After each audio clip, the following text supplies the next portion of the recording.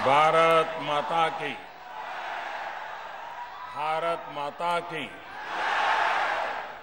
ओडिशा के राज्यपाल प्रोफेसर गणेशी लाल जी, केंद्रीय मंत्रिमंडल के मेरे सहयोगी श्रीमान जुएल ओराम जी, धर्मेंद्र प्रधान जी,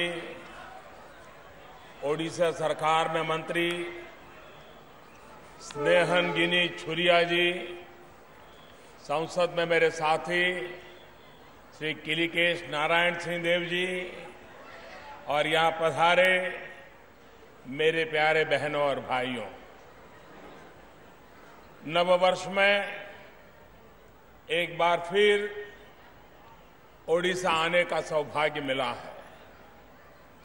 मकर संक्रांति के अवसर पर यहां आना और विकास के नए प्रकाश से जुड़ना अपने आप में अहम है।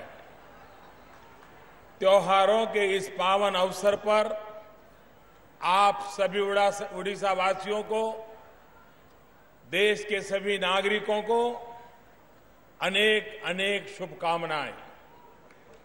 साथियों, पूर्वी भारत के विकास के लिए, ओडिशा के विकास के लिए केंद्र सरकार का अभियान निरंतर जारी है।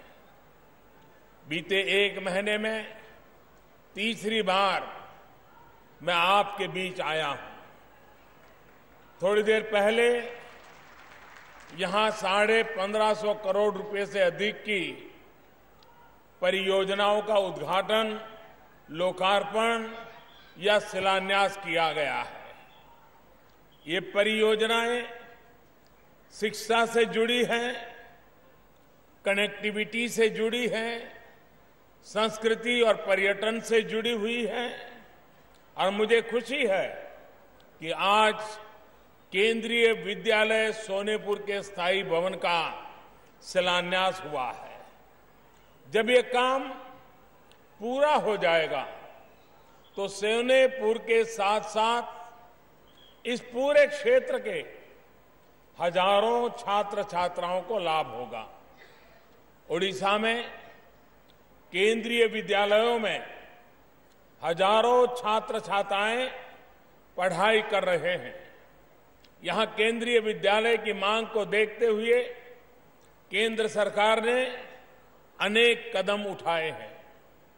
2014 के बाद कई नए केंद्रीय विद्यालयों का उद्घाटन यहां हो चुका है और कुछ पर काम अंतिम चरण में है।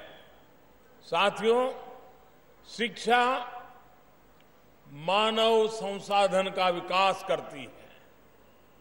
ये संसाधन तब अवसरों में बदलते हैं जब कनेक्टिविटी का भी सहारा हो।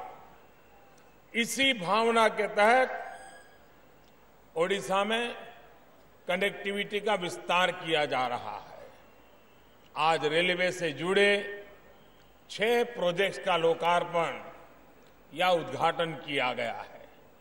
इससे ओडिशा के भीतर की कनेक्टिविटी तो सुधरेगी ही, देश के दूसरे राज्यों तक आवाजाही भी आसान होगी।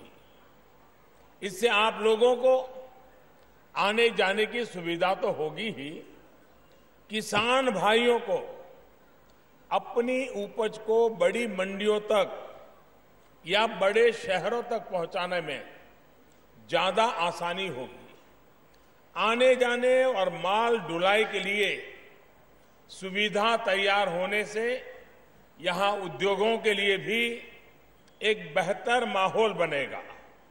जब उद्योग यहां आने लगेंगे तो युवाओं के लिए रोजगार के अनेक साधन विकसित होंगे। साथियों, थोड़ी देर पहले बलांगीर से बिछुपल्ली के बीच जो नई रेल लाइन बनी है, इसका उद्घाटन हुआ है। इसके साथ साथ इस पर नई ट्रेन को भी हरी झंडी दिखाई गई है। इसके लिए मैं आप सभी को बहुत बहुत बधाई देता हूं। इसके अलावा झारसुगुड़ा के multi modal logistic park Jharsuguda, बीजी नगराम और संबलपुर अंगुल लाइन के विद्युतीकरण, बाराली डुंगरीपली और बलांगीर देवगांव के चौड़ीकरण और नागावली नदी पर बने पुल के लिए भी आप सब बहुत बहुत बधाई के पात्र हैं। आपको शुभकामनाएं देता हूं। साथियों, कनेक्टिविटी जब अच्छी होती है तो करीब करीब हर सेक्टर पर इसका सकारात्मक असर होता है। विशेष तौर पर टूरिज्म के लिए तो सबसे ज्यादा संभावनाएं बढ़ती हैं। ओडिशा तो वैसे ही हर प्रकार के टूरिस्टों के लिए आकर्षण का केंद्र रहा है। यहां जंगल भी है और समंदर का किनारा भी। प्रकृति ने यहां कोई कमी नहीं छोड़ी। वहीं इतिहास और आस्था के तो एक प्रकार से केंद्र में रहा है। साथियों, इसी भावना के तहत बीते 4 वर्षों से केंद्र सरकार धरोहरों और आस्था के स्थलों को विकसित करने में जुटी हुई है। ओडिशा के अनेक मंदिर, अनेक किलों और दूसरे स्थानों का सुंदरीकरण और उनको संवारने का प्रयास भी किया जा रहा है। इसी कड़ी में नील माधव और सिद्धेश्वर मंदिरों के नवीनीकरण और सुंदरीकरण के काम का आज शुभारंभ किया गया है।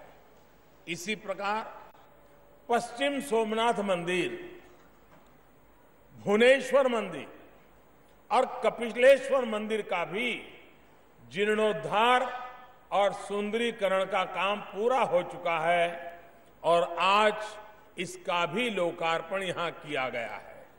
इसके अलावा यहां का जो एक पारंपरिक व्यापारिक रास्ता रहा है, ओडिशा को मध्य भारत से जोड़ता है, उस रास्ते में अनेक ऐतिहासिक स्मारक है। यहां बलांगीर में ही रानीपुर जरियाल जो स्मारकों का समूह है, उसको भी संवारा जा रहा है। वहां 64 योगिनी मंदिर हो या फिर लेहरागुड़ी सोमेश्वर, रानीगुड़ी या फिर इंद्रलट मंदिर, आस्था और हमारे ऐतिहासिक कौशल का दर्शन देने वाले ये तमाम धरोहरें अपनी दिव्यता और भव्यता को बढ़ाने वाली है। साथियों, एक और स्मारक के नवीनीकरण की आज शुरुआत हुई है। कालाहंडी का असुरागढ़ किला, यह हमारे शौर्य का प्रतीक तो रहा ही है, साथ में एक अहम राजनीतिक और व्यापारिक केंद्र भी था।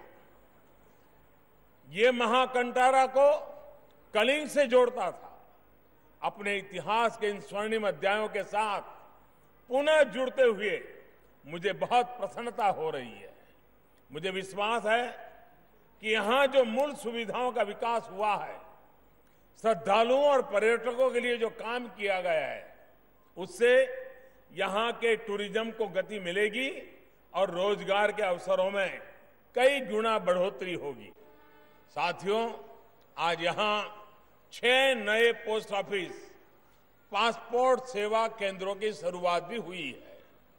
कलांगीर के अलावा जगतसिंहपुर, केंद्रपाड़ा, पुरी, फुलबानी और बारगढ़ में ये नए केंद्र खुलने से अब यहां के लोगों को पासपोर्ट के लिए बहुत दूर जाने की जरूरत नहीं है।